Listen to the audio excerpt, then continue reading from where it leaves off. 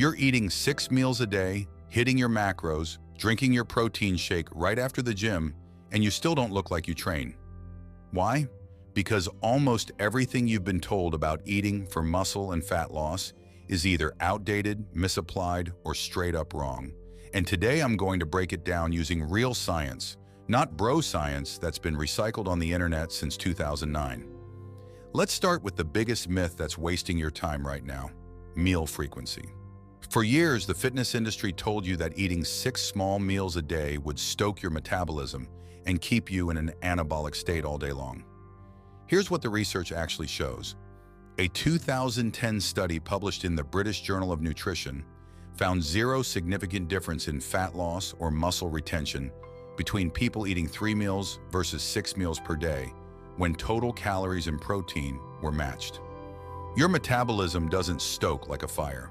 It's regulated by hormones, your total energy intake, and your body composition, not by how many times you open your Tupperware. The reason this myth survived so long is psychological. Eating frequently made people feel disciplined, like they were doing something special. That feeling of structure felt productive, even when the outcome was identical to just eating normally. Now let's talk about the post-workout anabolic window.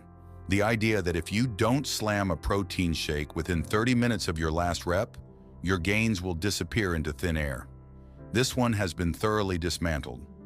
A meta-analysis by Brad Schoenfeld and Alan Aragon in 2013 looked at over 20 studies and concluded that the so-called anabolic window is far wider than anyone thought, likely spanning several hours, not 30 minutes.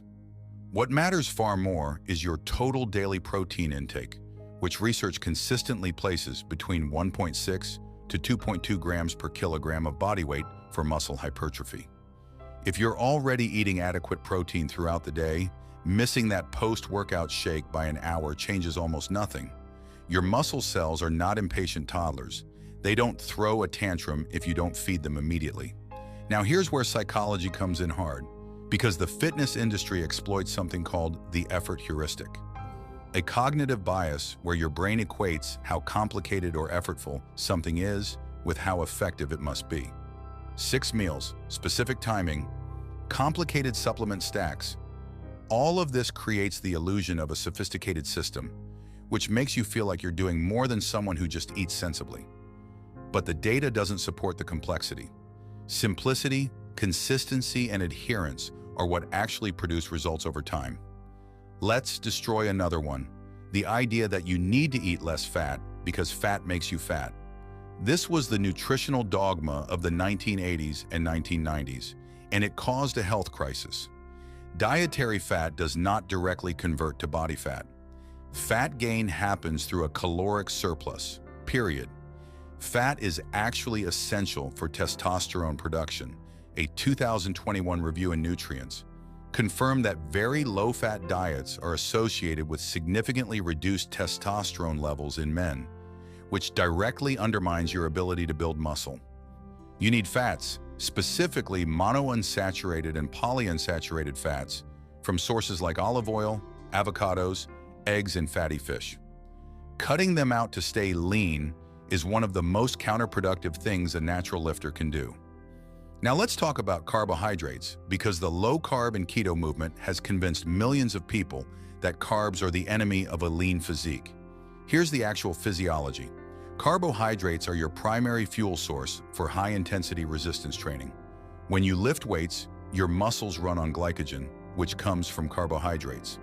A study published in the Journal of Strength and Conditioning Research showed that athletes on low-carb diets experience significant performance decrements in anaerobic activities like weight training. If you're lifting 4 to 5 times a week and eating low-carb, you're essentially trying to run a sports car on diesel.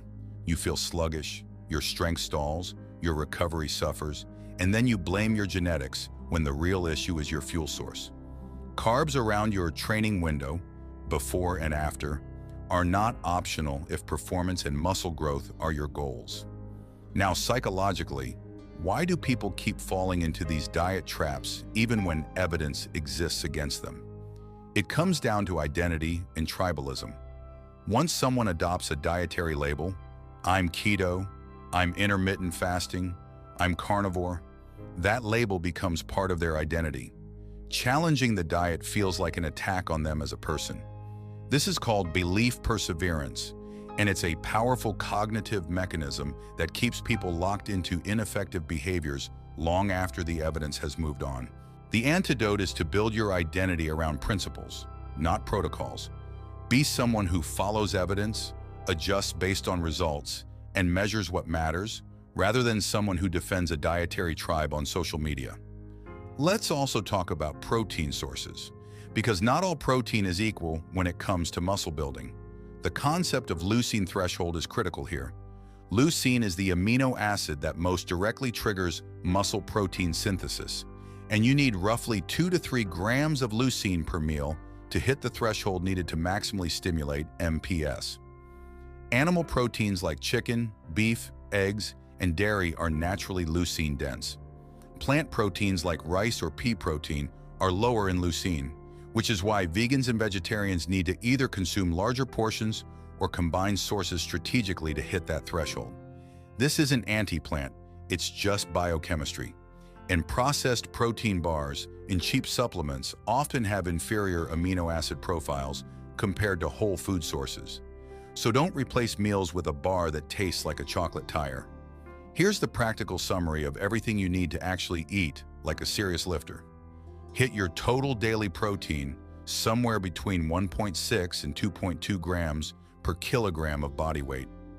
Prioritize leucine-rich protein sources. Time most of your carbohydrates around training. Don't fear healthy fats. Eat in a way you can sustain for months, not days. And stop adding complexity to your nutrition, because complexity isn't the same as effectiveness. The people with the best physiques in natural bodybuilding aren't doing anything radically complicated.